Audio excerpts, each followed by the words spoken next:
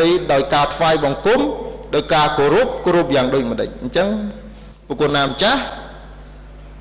អ្នកធម្មទូតត្រូវតែស្វែងយល់អំពីសារៈសំខាន់នៃអន្តរសាសនាហើយក្នុងការចូលទៅធ្វើការជាមួយនឹងមេដឹកនាំសាសនាដទៃនឹងចូលដោយវិធីណាចូលទៅដោយវិធីណាបុគ្គលណាម្ចាស់លោកតាសនេះមានសាវកជាង 1000 លានណាកូនណាម្ចាស់ច្រើនជាងប្រជាជនរស់នៅអាស៊ីអាគ្នេយ៍2 ដងតើយើងចូលទៅធ្វើដូចម្ដេចហើយការដែលយើងអាចចូលទៅធ្វើការជាមួយនឹងអន្តរសាសនានេះបានលុះត្រាតែយើងរៀនបើអត់រៀនទេមិនអាចទេទៅអញ្ញអញ័រហើយអញ្ចឹងត្រូវតែមានកន្លែងបណ្ដុះមួយណាប្រគុណណាយើងថាហើយក្នុងនេះសិទ្ធិមហាបរោះហើយស្ដាប់សគុតអស់ហើយបោះខាងនេះនៅទេកណានៅទេកណាមិនតាន់សគុតទេណាចាណានៅពេលនេះកណាបានទូលថ្វាយសម្ដេចបបថាសូមថ្លែងអំណរអគុណព្រះអង្គដែលបានធ្វើសេចក្តីអំពាវនាវឲ្យបញ្ចប់សង្គ្រាមដោយសន្តិវិធីរវាងកម្ពុជាថៃនៅតាមព្រំដែនលោកបានឆ្លើយមកវិញថាខ្ញុំកណាបានទទួលដំណឹងថាពីគេបានចុះហត្ថលេខា2 ថ្ងៃមុនហើយខ្ញុំកណាសប្បាយចិត្តអញ្ចឹងយើងត្រូវមានសមត្ថភាពធ្វើការជាមួយអ្នកទាំងអស់ហ្នឹងទី3សម្រាប់ធម្មទូតទៅលើឆាកអន្តរជាតិបុគ្គលណាត្រូវតែមានជំនាញភាសាសម្រាប់មនុស្សតំណាងដូចខ្ញុំបុគ្គលណាដូចប្រសងក្មេងៗទៅបើសម្ដេចធំអាហ្នឹងអត់អីយើងអាចមានអ្នកបកប្រែអីថ្វាយតែសម្រាប់អ្នកបច្ចេកទេសត្រឹមខ្ញុំកណាអីនេះបើអត់ចេះភាសាគឺទៅមិនរួចគេទេនៅលើឆាកអន្តរជាតិចូលទៅអ្នកណាក៏អ្នកធំដែរបុគ្គលណាអញ្ចឹងត្រូវមានជំនាញភាសាហើយភាសានេះចេះឲ្យច្បាស់ហើយប្រកបដោយវិជ្ជាជីវៈទៀតបានទៅរួចចង់និយាយអីប្រាប់គេ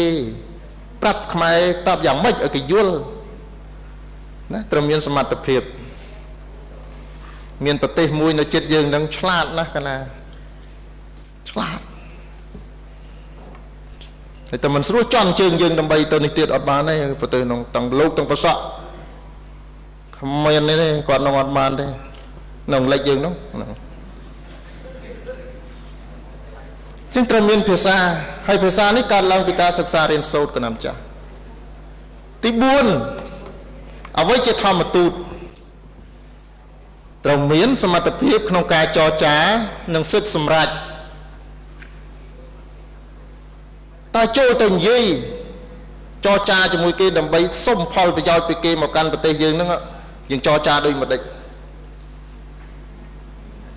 បុគ្គលណាម្ចាស់ត្បិតតែសាសនាទាំងអស់ថាធ្វើការដើម្បីពិភពលោកសន្តិភាពសុខដុមរមនាពាក្យហ្នឹងពាក្យព្រះទេពាក្យមនុស្សលោកអត់ទេបុគ្គលណាអន្តរជាតិគឺជាបណ្ដុំនៃការជួបជុំហើយប្រកួតប្រជែងដើម្បីតែផលប្រយោជន៍ទេក្នុងនោះរួមទាំងវិស័យសាសនាផងបើព្រះពុទ្ធសាសនាជួបជាមួយនឹងពេហរសាសនាគឺប្រជែងផលប្រយោជន៍គ្នាបើព្រះពុទ្ធសាសនានិងពុទ្ធសាសនាជួបគ្នាគឺប្រជែងផលប្រយោជន៍ដើម្បីប្រទេសរៀងខ្លួនអាហ្នឹងទូលប្រកេននៅត្រង់ព្រះនិព្វានគ្រាន់តែយកមកសូត្រទេនៅលើឆាកអន្តរជាតិនោះបុគ្គលណាអើយគ្មានទេបើថាពុទ្ធសាសនាជួបគ្នាគឺដើម្បីមុខមាត់ប្រទេសជាតិរៀងខ្លួនតម្រងដើម្បីទៅពូជសាសន៍រៀងខ្លួនតម្រងចឹងបុគ្គលណាត្រូវមានសមត្ថភាពក្នុងការចរចានិងសិទ្ធិសម្រេចចឹងមកកណាដាក់រូបនោះគេថា ready to negotiate yes គេថាអ្នកឯងត្រៀមខ្លួនដើម្បីនឹងចរចាថាបាទអញ្ចឹងកាន់តែមងម្នាក់រៀងខ្លួនមានន័យថាដើម្បីផលប្រយោជន៍អ្នកឯងបើអ្នកឯងអន់ខ្ញុំចង់អ្នកឯងយកផលប្រយោជន៍មកដាក់ប្រទេសខ្ញុំអញ្ចឹងគេណាម្ចាស់ហើយមានសិទ្ធិសម្រេចហើយត្រូវមានសិទ្ធិសម្រេចខ្លះក្នុងការចរចានឹងបានទៅរួចមានសិទ្ធិសម្រេចខ្លះថាតើត្រូវ គណៈសង្ឃឬរដ្ឋាភិបាលនឹងឲ្យផ្ដល់សិទ្ធិប៉ុន្មានទៅសម្រាប់ពួកធម្មទូតក្នុងការចរចាទាញយកប្រយោជន៍រៀងខ្លួនទី6ធម្មទូតនេះអ្នកតំណាងពុទ្ធសាសនានៅលើឆាកអន្តរជាតិត្រូវមានការគាំទ្រពីរាជរដ្ឋាភិបាលនិងគណៈសង្ឃមានន័យថាបើសិនជាមានអ្នកតំណាងខ្មែរយើងលើឆាកអន្តរជាតិគឺត្រូវតែមានការគាំទ្រពីរដ្ឋាភិបាលនិងគណៈសង្ឃបានការងារទាំងអស់ហ្នឹងទៅរួចតែមិនចឹងទេពិបាកនឹងសម្រេចជោគជ័យក្នុងនេះគណៈដាក់រូបសម្ដេចធំទាំងពីរព្រះអង្គហើយនិងព្រះមហាក្សត្រសម្ដេចព្រឹទ្ធសភាសម្ដេចរដ្ឋសភានឹងសម្ដេចនាយករដ្ឋមន្ត្រីបើអត់ទេអត់មានទេប្រគុណណាកិច្ចសម្រេចទាំងឡាយណាគឺអត់ពេលខ្លះទៀតអត់មានសម្រេចត្រឹមអ្នកទៅតំណាងទេគឺសម្រេចអំពីសម្ដេចធំនៅក្នុងស្រុកហើយនឹងរដ្ឋាភិបាលដូចជាករណីធ្វើសន្និសីទភពលោកអីហ្នឹងសម្រេចត្រឹមអ្នកតំណាងអត់បានទេអញ្ចឹងត្រូវមានការគ្រប់គ្រង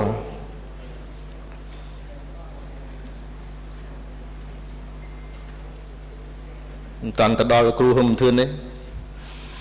ទូលប្រកេតមិនតិចថា6ចំណុចនេះ5ចំណុចនេះប្រគុណណាអាចកើតមានបានលុះត្រាតែមានសាលាបណ្ដុះបណ្ដាលមួយដែលមានគុណភាពល្អបើអត់ទេយើងអត់អាចបណ្ដុះបានទេប្រគុណណាអត់អានទេអត់អាចបានទេហើយពុទ្ធកសាកលវិទ្យាល័យវិសេនុរីកនេះណាមកដល់កម្រិតនេះណាមិនតាន់មានសមត្ថភាពគ្រប់គ្រាន់ដើម្បីនឹងបណ្ដុះធម្មទូតឲ្យមានគុណភាពសម្រាប់ចេញទៅតំណាងពិភពលោកនៅឡើយទេហើយយើងអត់តាន់មានកម្មវិធីទេនឹងទូលប្រកេននៅត្រង់តែខ្ញុំកណាតែតែមានក្តីសម័យថាបើសិនជាពុទ្ធកសាកលវិទ្យាល័យផ្សេងរួចយើងដើរបានល្អកាន់តែល្អថែមទៀតខ្ញុំណាគិតថាសាលានេះនឹងអាចคล้ายទៅជាទីដែលអាចបណ្ដុះមន្ត្រីសង្ឃយើងបានហើយបើយើងអត់បណ្ដុះទេគឺតើអត់រួចទេมันអាចទេកណាម្ចាស់តែមិនស្រួលហ្នឹងទៅប្រជុំហ្នឹងมันអាចคล้ายជានិមិត្តរូបបានទេទៅឆ្កូងប្រគល់ណាទៅឆ្កូងទៅមកហើយយើងអត់ដឹងខ្លួនឯងឆ្កូងទេបើយើងអត់បណ្ដុះអញ្ចឹង5ចំណុចខាងដើមហ្នឹងគឺវាកើតចេញអំពីពុទ្ធកសិក្សាអញ្ចឹងបើចង់ឲ្យយើងមានធម្មទូតមួយដែលមានគុណភាពមានសមត្ថភាពក្នុងការដឹកក្នុងការតំណាងប្រទេសគឺត្រូវតែមានសាលាមួយសម្រាប់បណ្ដុះបណ្ដាលបើអត់មានទេអាហ្នឹងគឺផុសដោយខ្ញុំប្រគុណណាប្រហែល2-3ព្រះអង្គហ្នឹងទៅផុសចេញមកអញ្ចឹងទៅក៏បានធ្វើការយល់ខ្លះមិនយល់ខ្លះអីជាប្រគុណណាម្ចាស់លោកកណាលើកឧទាហរណ៍មួយតែប្រគុណណានឹងធ្វើអត្តចរិតអកកិរិយានឹងនិយាយដូចម្ដេចទៅកាន់លោកប្រធានាធិបតីវ៉ាឡាមីពូទីនអង្គុយទល់មុខព្រះអង្គនិយាយធัวអីដូចឆ្នាំ2006កណាអង្គុយជាមួយគាត់ជាមួយសម្ដេចធំឃើញទេអញ្ចឹងអាហ្នឹងវាត្រូវតែបណ្ដុះណាប្រគុណណាអញ្ចឹងរបស់អស់ទាំងហ្នឹងកើតចេញពីពុទ្ធកសិក្សាហើយរាប់ចាប់ពុទ្ធកហ្នឹងគឺរាប់តាំងពីបឋមមធ្យមឧត្តមក្រោយឧត្តមអញ្ចឹងប្រកេនថាកន្ធទរៈគឺជាចម្លើយតែមួយក្នុងចម្លើយ2ដែលអាចធ្វើឲ្យមានធម្មទូតតំណាងប្រទេសបានហើយប្រគុណណាម្ចាស់ធម្មទូតនេះគឺជាការងារធម្មទូតនេះគឺជាការងារដែលលំបាកបំផុតផ្សេងអំពីការទូតជាប្រស័ក្តិព្រោះព្រះអង្គត្រូវបដិបត្តិវិន័យហើយត្រូវយល់អំពីរបៀបធ្វើការជាមួយប្រសង់ផងជាមួយនឹងក្រហមផងអញ្ចឹងទូលប្រកេនបច្ចៈណាជាអម្ចាស់ថាចម្លើយមានប៉ុណ្្នឹងឯងទូលប្រកេនហើយពុទ្ធកសិក្សានេះដល់ប្រឹងទាំងអស់គ្រប់ព្រះអង្គមិនអាចមានអង្គណាទេគណៈម្ចាស់ហើយយើងដូចជាគណៈគិតថាដល់ពេលវាមានដល់ទេគឺត្រូវតែបណ្ដុះពីសាលាប៉ុន្តែសាលាយើងនៅខ្វះខាតច្រើនណាខ្វះខាតច្រើនចឹងទី2អ្វីដែលអាចធ្វើឲ្យធម្មទូតតំណាងពុទ្ធសាសនាបានកម្រិតទី2គឺវិបស្សនាធុរៈថ្នាក់ជាតិនិងអន្តរជាតិកិច្ចការព្រះសាសនមុនីបានបំពេញក្នុងប្រទេសហើយនៅលើឆាកអន្តរជាតិទៀតគណៈម្ចាស់អានឹងក៏ត្រូវបដោះដែរ បើអត់បណ្ដោះទេយើងចេញអត់រួចទេយើងនៅតែក្នុងក្រុមយើងហ្នឹងតើរួចទេចឹងបណ្ដោះវិលត្រឡប់ទៅរួមមិញ5ដូចទៅបរិញ្ញាសមាធិដល់ពួកនេះអត់កាន់ពុទ្ធសាសនាអីលោកម្ចាស់បរិញ្ញាមិនទៀតបរិញ្ញាពុទ្ធសាសនាដល់អ្នកដែលមិនកាន់ពុទ្ធសាសនាបរិញ្ញាសមាធិដល់អ្នកដែលមិនកាន់អ្នកបដិបត្តិសមាធិអញ្ចឹងត្រូវការកម្រិតទាំងពីរកម្រិតជាតិនិងកម្រិតអន្តរជាតិប៉ុន្តែឃើញមជ្ឈមណ្ឌលវិបស្សនាធុរៈកម្ពុជាឃើញព្រះអង្គហ៊ុនខេមរាព្រះអង្គអាចប្រើប្រាស់ភាសាបានលើឆាកអន្តរជាតិអញ្ចឹងឃើញពន្លកប៉ុន្តែកាលណាគិតតែលោកគ្រូធំមិនត្រូវការមួយទេត្រូវការច្រើនអត់ទៅពីលោកគ្រូទៅអត់ទៅពីនេះទៅបាត់សូនទៀតអត់នេះទៅបដោះថែមទៀតកណ្ដាំចាស់អញ្ចឹងមានន័យថាវិបស្សនាធុរៈនឹងនិងកន្ធធុរៈនឹងត្រូវជួយគ្នាបើអត់ជួយគ្នាទៅអត់រួចទេកណ្ដាំចាស់កណាអាចមានចំណេះដឹងខ្លះតែកណាគ្មានបុណ្យទេកណានិយាយប្រាប់ញោមងាយមកជួយកណាអត់ដូចគូធំទេគូធំនិយាយបានកណានិយាយអត់បានទេងាយទេចង់បានសាលាហ្នឹងចង់ងាប់ហើយរំបានមិនដាច់ធំផងជួយផងអីផងរំបានកណាវាអត់បុណ្យវាមិនសូវមានបុណ្យពីពុកពេមកណាអញ្ចឹងតែជួយគ្នាណាបើចង់ឲ្យមាននិមិត្តរូបមួយដែលច្បាស់លាស់នៅលើឆាកអន្តរជាតិដល់វិស័យពុទ្ធិកសិក្សាកន្ធធុរៈនិងវិបស្សនាធុរៈនឹងជួយគ្នាកណាបើជួយគ្នាទេអាហ្នឹងគឺប្របាយោងគ្នាដូចសត្វដែលមានស្លាបតែមួយអញ្ចឹងលោកម្ចាស់កណាសម្រាប់ចិត្តដាក់រូបនេះមិនធម្មតាទេកណាម្ចាស់អ្នកណាដែលក្រោយព្រះអង្គធំហ្នឹងមិនធម្មតាទេណាញោមក្រោយនោះអត់បានទេណាគាត់ទៅក្អកអាចហើយសេនុរាជណាគ្រាន់តែមិនតាន់ក្អកទៅប៉ុណ្្នឹងទេមិនកណាអ្នកក្អកទេណាញោមក៏អ្នកក្អកទេហ្នឹងហើយសិតទៅសិទ្ធិនីសិតទៅអ្នកមានឥទ្ធិពលក្នុងសង្គមហើយកណាម្ចាស់ហើយលោកបានខ្លាយទៅជាកូនសិស្សព្រះអង្គធំហើយណាសង្ឃឹមថាចំហាយហ្នឹងបានធ្លាយមកដល់មុខវាំងឯខ្លះណាចឹងបស្សនាធុរៈនេះសំខាន់ណាស់ឥឡូវគេចាប់ផ្ដើមស្គាល់ហើយទេមិត្តភ័ក្តិបរទេសខ្ញុំកណាសួរថាហេឮថានៅខ្មែរមានមជ្ឈមណ្ឌលបស្សនាមួយធំកណាថាមានណាឃើញចាប់ផ្ដើមល្បីចាប់ផ្ដើមគេស្គាល់ហើយទេព្រោះឥឡូវយើងធ្វើអីក៏គេដឹងដែរកណាម្ចាស់ហើយទូលប្រកេនចុងក្រោយថានេះជាអង្គការអន្តរជាតិពុទ្ធសាសនាទាំង7លើពិភពលោកធំអង្គការទាំងអស់នេះគឺត្រូវការរូបយើងទាំងអស់ក្នុងការតំណាងមួយចូលទៅក្នុងនឹងប៉ុន្តែកណានៅទទួលប្រកេនបញ្ជាក់ម្ដងហើយម្ដងទៀតថាអង្គការទាំងអស់នេះសុទ្ធតែភាគច្រើនគឺជាអ្នកសង្កេតការនៅលើឆាកនៅអង្គការសហប្រជាជាតិមានន័យថាពេលប្រជុំអង្គការសហជាតិម្ដងគឺមានតំណាងរបស់អង្គការចូលទៅប្រចាំការនៅអង្គការសហប្រជាជាតិយើងប្រកូនណាយើងចូលធ្វើការមួយប្រសក់អស់ទៀតយើងចូលទៅ UN ណាអញ្ចឹងដើម្បីនឹងអាចคลายទៅជានិមិត្តរូបខ្មែរតំណាងនេះនៅក្នុងអង្គការនីមួយនេះគឺត្រូវមានសមត្ថភាពច្បាស់លាស់កណាដូចទៅប្រជុំ UN អីទេមិនមែនដូចយើងប្រជុំអនុសង្ឃវចរៈអីណាប្រគុណណាជាង 3000 លានអ្នកដែលជាសាវករបស់អ្នកអង្គុយប្រមាណអ្នកនៅក្នុង UN ហ្នឹងទេអញ្ចឹងបានកណាថាចម្លើយមកវិញមានតែពីរទេទី1គឺវិស័យពុទ្ធិកសិក្សាហើយមានសាលាមួយបណ្ដោះធម្មទូតបានទី2វិបស្សនាធុរៈបើសិនជាកម្រិតនៃការផ្សព្វផ្សាយនៅបានដល់កម្រិតជាតិហើយត្រូវបំវឹកឲ្យទៅជាកម្រិតអន្តរជាតិទៀតប្រសងខ្មែរយើងទៅតែចេញទៅក្រៅប្រទេសដើម្បីនឹងបង្រៀនធម៌ដល់ពិភពលោកគិតអញ្ចឹងទេបាន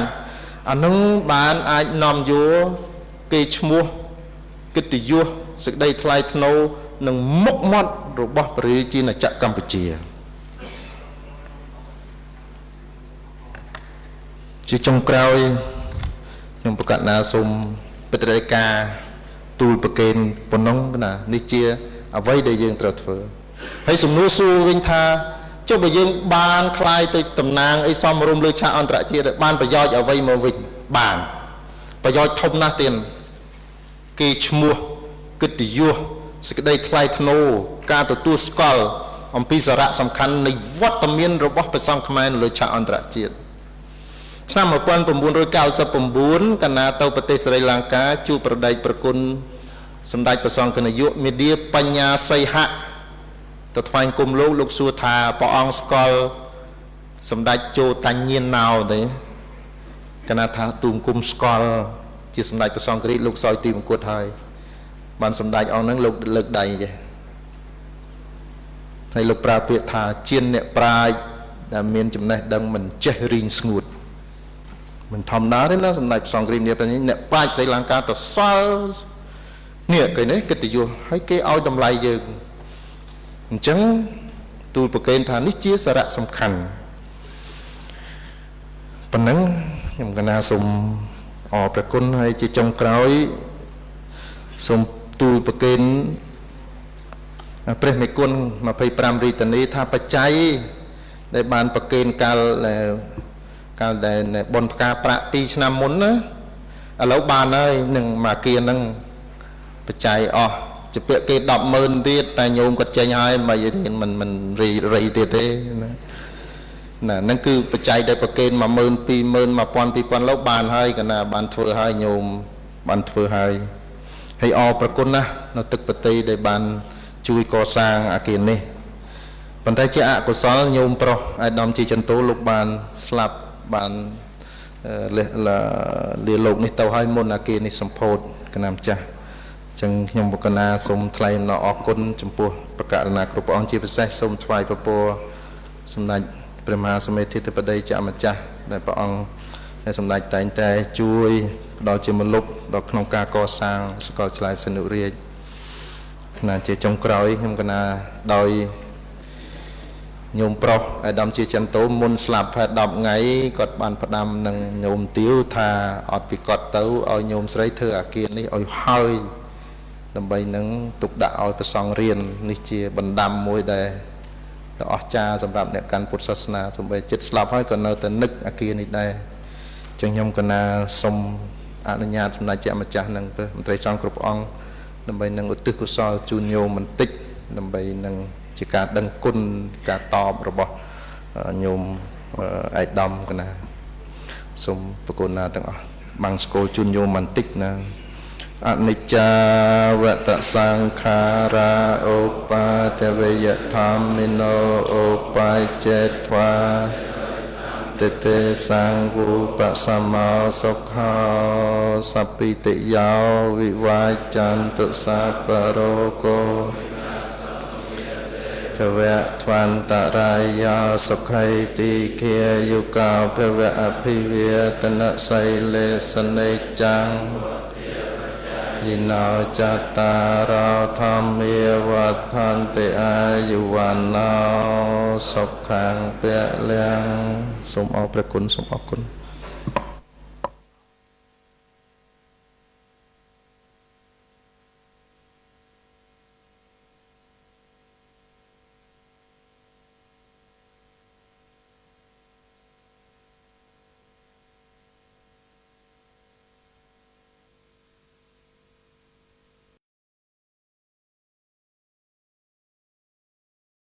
ទីគុណប្រគេនសម្ដេចព្រះមហារាជវង្សបណ្ឌិតយ៉នសេងជាតិ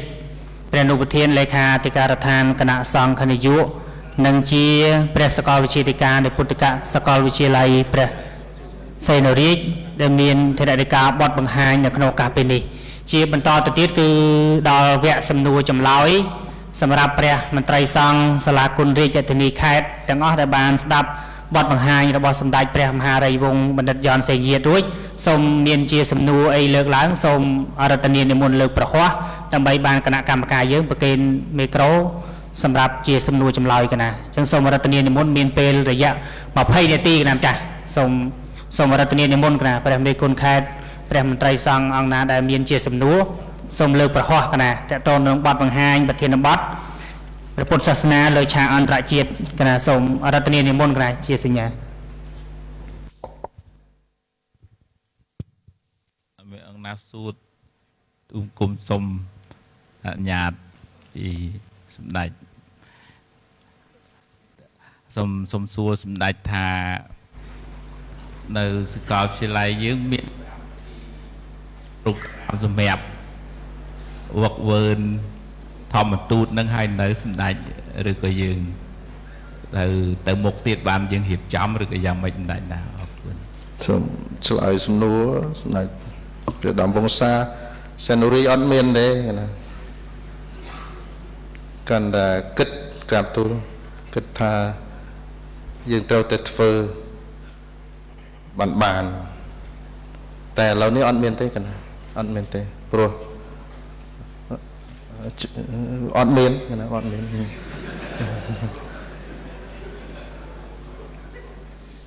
តែ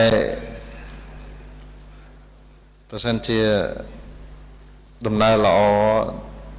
ទៀតកណាគិតថាត្រូវតែមានឃើញប្រសងក្មេងៗយើងចេះដឹងច្រើនកណាចាស់ហើយធម្មទូតនេះត្រូវធ្វើជាពីរភាសាជាខ្មែរនិងជាភាសាអង់គ្លេសឥឡូវនេះណាប្រដេចប្រគុណមានមន្ត្រីសង្ឃក្មេងៗយើងនិយាយភាសាបាលីនៅលើឆាកអន្តរជាតិបានណាទេព្រះបណ្ឌិតសែមជុនលីថ្លែងជប់លីហ្មងនៅក្រៅស្រុកគេស្គាល់សែមជុនលីបណ្ឌិតសែមជុនលីច្រើនជាងក្នុងស្រុកយើងមានទេមានប្រឡូកទេវាពេចមកហើយតើអត់រក្សាប្រឡូកនឹងបាត់ទៅអានឹងស្ដាយកណាអត់មានទេសម្ដេចព្រះដំបងសាកណាប៉ុន្តែនឹងព្យាយាមកណានឹងប្រឹងឲ្យទៅសម្ដេចធំលោកឲ្យពួរមកនឹងទៅមុខរួចហើយមានសំណួរទេអាចមកសំណួរពីរទៀតហើយនឹងប៉ុណ្ណឹងណាសម្ដេចមុនទេផលសូមថ្វាយពពដោយបច្ចុប្បន្នភាពនេះខាងវិបស្សនាទុរៈជាងក្នុងប្រទេសនេះអាចបានខ្លះយ៉ាងណាប៉ុន្តែបទពិសោធន៍អន្តរជាតិមួយឆ្នាំទៅឆ្នាំនេះឆ្នាំមុនហ្នឹងក៏បាន12ប្រទេសដើម្បីមកសិក្សានៅប្រទេសយើងប៉ុន្តែក្រំសំណុំពរថាសម្ដេចគ្រប់ព្រះអង្គសម្ដេចវាគ្មិនមេត្តាជំរុញនៅធម្មទូតទាំងការទូតអន្តរជាតិប្រផ្នែកវិបស្សនាទុរៈនេះយើងបានមួយអង្គដល់តែគេមកច្រើនប្រទេសយើងពិបាកក្នុងការបញ្ជូនគ្រូធម្មយាចារ្យដើម្បីចូលទៅប្រទេសគេចឹងទេឥឡូវនេះគេមកមើលប្រទេសយើងបានច្រើនហើយក៏គេឲ្យតម្លៃរបៀបបប្រតិបត្តិអន្តរជាតិគេក៏ដូចយើងក៏ដូចគេប៉ុន្តែក៏នៅខ្សោយបន្តិចគឺភាសាតែអញ្ចឹងបើយើងចាប់ផ្ដើមពីឥឡូវនេះនៅធម្មទូតបំពេញទាំងកន្តរៈបាសនាទុរៈលើភាសានេះឲ្យតន់ពេលវេលាយើងអាចប្រកួតប្រជែងទាំងកន្តរៈវិបស្សនាទុរៈដើម្បីផ្សព្វផ្សាយដល់ប្រពៃណីវប្បធម៌ពុទ្ធសាសនាខ្មែរយើងនេះឲ្យគេដឹងកាន់តែច្បាស់សូមសម្ដេចគ្រប់ព្រះអង្គថ្វាយវាគ្មិនដើម្បីសង្កត់ហើយដើម្បីលើកថាតើយើងអាចមានសមត្ថភាពក្នុងការបំពន់សិក្សាឲ្យកាន់តែឆាប់នេះបានទេណាឆ្លើយសំណួរព្រះសាសនមុនីខ្ញុំកណាក្នុងចិត្តខ្ញុំកណាថាមកដល់ពេលនេះយើងមានធនធានប្រសង់អាចបណ្ដោះធម្មទូតបានតែទូលប្រគេននៅត្រង់យើងខ្វះថវិកាខ្វះលុយខ្វះបច្ច័យគឺបញ្ហាហ្នឹងកណាហើយឥឡូវនេះបើសិនជាចាប់ផ្ដើមកម្មវិធីបណ្ដុះតន់ពូជដែលត្រូវដោះនេះអាចតបានតែបើមកចំណន់នេះបើសិនជាបែកខ្ចីគ្នាទៀតត្រូវកសាងយ៉ាងទាបបំផុត20ឆ្នាំទៅ30ឆ្នាំទៀតបានកណា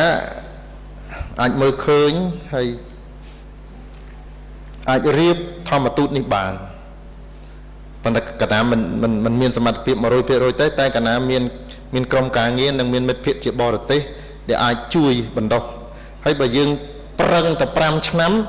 យើងអាចប្រសងយើងដែលនេះនឹងអាចធ្វើជាគ្រូបង្គោលបានមិនចាំបាច់ពឹងគេទៀតទេកណាម្ចាស់ ហើយឆ្លៀតឱកាសហ្នឹងកណាសូមទូលប្រគេនថ្វាយម្ដេចចាស់ម្ចាស់ដែរប្រគល់ណាព្រះសង្ឃគ្រប់ព្រះអង្គមកដល់ពេលនេះកណាគិតថាជាពេលវេលាជាកន្លែងដែលត្រូវសម្រេចចិត្តមួយទាក់ទងវិស័យពុទ្ធកសិក្សា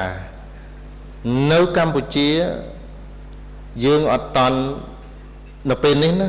ពុំតន់មានសកលវិទ្យាល័យពុទ្ធសាសនាណាមួយដែលបង្រៀនព្រះពុទ្ធសាសនាសុទ្ធទេអត់មានទេយើងមានលាយគ្នាអញ្ចឹងយើងត្រូវការកណាតែងតែសម័យយើងមានពុទ្ធកសកលវិទ្យាល័យមួយដែលបង្រៀនតែសាសនាសុទ្ធហ្មងប្រសូតវិន័យអភិធម្មធម្មទូតតសាសនាសុទ្ធតែម្ដងត្រូវយើងត្រូវការសកលវិទ្យាល័យដែលបង្រៀនមុខវិជ្ជាដទៃដើម្បីជាការចូលរួមក្នុងការជួយជាតិទន្ទឹមនឹងនោះយើងត្រូវមានសកលវិទ្យាល័យមួយគឺរៀនតែធម៌តែម្ដងបានបើអត់អញ្ចឹងទេយើងអត់ជ្រៅទេកណាយើងអត់ជ្រៅទេប្រសងយើងចប់បាក់ឌុបចេញពីបាក់ឌុបពុទ្ធសាសនាតែម្ដងលោកគ្រូថ្ងៃមុនខ្ញុំកណាទៅប្រទេសអ៊ីតាលីមានសកលវិទ្យាល័យមួយឈ្មោះថា Gregoriana កន្លែងបង្រៀនកណាចេះតែឆ្ងល់ថាទេជនអ្នកកាន់សាសនាយេស៊ូនេះមិនបានលះបង់មកស៊ីអត់ស៊ីឃ្លានជាមួយនឹងយើងគេបង្រៀនមនុស្សមិនឲ្យអស់ចាមទេកណាទៅមើលសាលាគេបង្រៀនសាសនាសុទ្ធកណាថាអូនេះបានដល់មែនអញ្ចឹងយើងនៅតែមានប្រសងដែលលោកមានសទ្ធានឹងលះបង់ដើម្បីសាសនាដែរអញ្ចឹងយើងត្រូវមានឆ្លើយខ្លីមកវិញលោកគ្រូដល់ជួយគ្នាលោកគ្រូជួយកណាផងប្រគល់ណាម្ចាស់គ្រប់ផងជួយបានយើងអាចបង្កើតសាលាធម្មទូតនេះបានបើអត់ទេតើអត់រួចទេកណាម្ចាស់ហើយបញ្ជាក់បន្ថែមមកវិញថាសម័យឥឡូវនេះបើអត់បច្ច័យទេប្រើមនុស្សអត់បានទេដល់តែមានបច្ច័យហើយបច្ច័យឲ្យច្រើនទៀតបានប្រើគេទៅបច្ច័យតិចប្រើមិនទៅទេអញ្ចឹងអ្វីគ្រប់យ៉ាងដែលត្រូវធ្វើគឺសុទ្ធតែត្រូវការមូលនិធិទាំងអស់ណាម្ចាស់កណានឹងប្រឹងប៉ុន្តែបានកម្រិតណាមិនដឹងទេកណានឹងប្រឹងហើយសូមលោកគ្រូជួយផងកណាទាំងអស់អង្គកណាម្ចាស់ណាអាចឆ្លើយមកសំណួរទៀតបានបើអត់ទេកណាសូមបញ្ចប់ប៉ុណ្្នឹងចុះណាម្ចាស់កណាសូមតិចប៉ុនអត់សំណួរនេះក៏កណាលើកយោបល់ថ្វាយគុំតាច់ជាម្ចាស់គ្រប់ព្រះអង្គតកតងទៅនឹងរឿងប្រព័ន្ធសាសនាសុទ្ធនេះខ្ញុំមិនឯកភាពប៉ុន្តែយើងបែរទៅមើលសម័យដើមរបស់យើង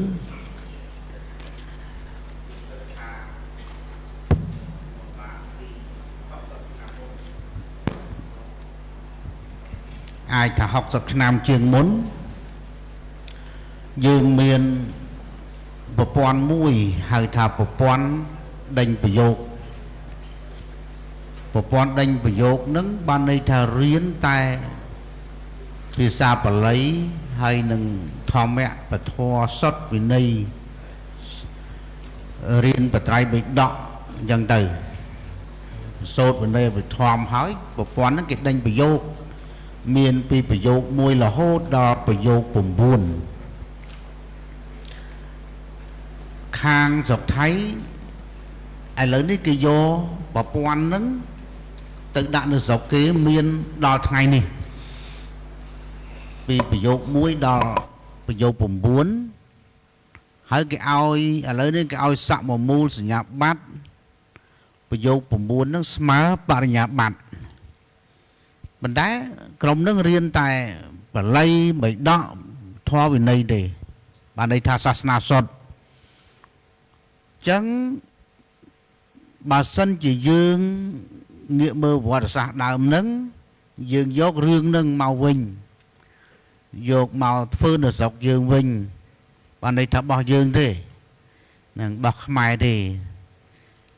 យើងយកមករៀបចំឡើងវិញឲ្យទៅជាប្រព័ន្ធសិក្សាមិនមែនក្រៅប្រព័ន្ធទេគឺក្នុងប្រព័ន្ធរបស់រដ្ឋហ្នឹងប៉ុន្តែហៅថាប្រព័ន្ធដេញប្រយោគហ្នឹងអញ្ចឹងអ្នកដែលជ្រះថ្លា មានបតីចង់សិក្សារៀនសូត្រតាមប្រព័ន្ធដេញប្រយោគហ្នឹងឲ្យចូលតាមប្រព័ន្ធហ្នឹងទៅយើងបង្កើតជារៀងរាល់ឆ្នាំអញ្ចឹងទៅឲ្យមានគ្រូបង្រៀនទៅតាមប្រព័ន្ធរដ្ឋទទួលប្រាក់និច្ចភ័តរបស់រដ្ឋប្រាក់ខែរបស់រដ្ឋអញ្ចឹងទៅអាហ្នឹងវាមាននិរន្តរភាពហើយអញ្ចឹងយើងយករឿងហ្នឹងមកវិញមិនទៅប្រហែលប្រហែលជា3ឆ្នាំមុនក៏យើងមានចេញសង្ឃប្រកាសមួយនៅក្នុងចំណុចមួយដែរនៅក្នុងរឿងហ្នឹងលើករឿងហ្នឹងដែលយើងនិយាយអំពីប្រព័ន្ធដេញប្រយោគដែលយើងទៅយកមកធ្វើឡើងវិញប៉ុន្តែដល់ពេលនេះយើងមិនទាន់អនុវត្តបានទេដូចការបង្កើតក្រុមជំនុំបត្រៃវិដកឡើងវិញអញ្ចឹងដោយសារយើងផ្អែកលើមូលធនប្រសង់របស់យើងមានច្រើនផ្នែកបល័យសង្ក្រិតបច្ចុប្បន្នដែលយើងអាចប្រមូលទាំងក្នុងស្រុកក្រៅស្រុកបានច្រើនមិនខុសពី30 40ទៅ50អង្គអ្នកទេដែលអាចមានសមត្ថភាពគ្រប់គ្រាន់ក្នុងការប្រែពីបល័យភាសាមកខេមរៈភាសាបានប៉ុន្តែគាត់ថាយើងមិនទាន់ធ្វើបានគឺការអនុវត្តជាក់ស្ដែងនឹងមិនទាន់ធ្វើបានទេអញ្ចឹងបើសិនតែយើងព្យាយាមជំរុញទាំងអស់គ្នារឿងហ្នឹងហើយជាអាចទៅរួចយើងអាចនឹងថែរក្សាមូលធនប្រសង់របស់យើងបានច្រើនហើយអាចឲ្យនៅជាសង្ឃហ្នឹងបានយូរឬក៏អាចរហូតអស់មួយជីវិតឬក៏ថាខ្លះចាសកាបត់ក៏យើងនៅធនធានហ្នឹងមកប្រើបានដដែលហ្នឹងពួកជំនាន់ដើមយើងមើលទៅឃើញថាមានលាចាសកាបត់អីចឹងដែរអ្នកប្រាជ្ញមួយចំនួនដូចព្រះអាចារ្យប៉ែនសុកអីចឹងទៅឈឹមសុំអីចឹងលោកសារក្រុមជំនុំតែបិដកបានលាចាសកាបត់អញ្ចឹងតែក៏គេនៅឲ្យបំផើយខ្មែរយើងមែនទែនទៅចូលចិត្តដែរអូខេអ្នកដែលមានលទ្ធភាពចូលចិត្តក្នុងការជួយឧបត្ថម្ភឲ្យតែយើងចេះរៀបចំឲ្យស្រួលប្រហែលជាត្រឹមតែថវិកាលទ្ធភាពនៃការបកប្រែគណៈសូមអធិស្ឋានសម្ដេចចៅម្ចាស់សូមសង្ខេបខ្លីគណៈដល់ពេលវេលាគណៈសូមអរគុណប៉ុណ្ណឹងចាស់ណាប្រគេនពរគណៈសូមអរគុណសម្ដេចចៅម្ចាស់បើសិនជាយើងបានយកប្រព័ន្ធប្រយោគនឹងយកមកអនុវត្តបានគណៈគិតថាល្អជាចុងក្រោយសូមពិត្រដីកាសូមទូលប្រគេនចុងក្រោយប្រចាំទូលប្រគេនថាចេះថាដូចជាទូលប្រគេនព្រះសាសនមុនី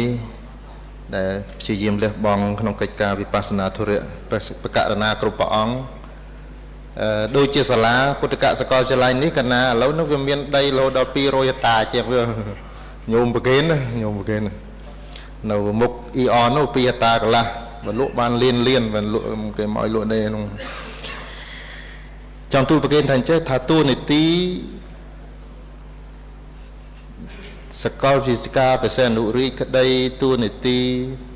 នាយកពុទ្ធកសារាមរិទ្ធអីគឺជាកតបកិច្ចគណៈម្ចាស់អ្នកខ្លះថាព្រះអង្គធ្វើនាយកឲ្យធ្វើទៅគេឲ្យធ្វើឲ្យធ្វើទៅមែនទេជួយគ្នាបានបើអត់ជួយគ្នាទៅរួចទេសាលាធំណាស់ហើយកណាបានតាំងចិត្តត្រូវការភាសាអង់គ្លេសត្រូវការវប្បធម៌ពុទ្ធសាសនាលើអន្តរជាតិកណាអាចបដោះបានឃើញ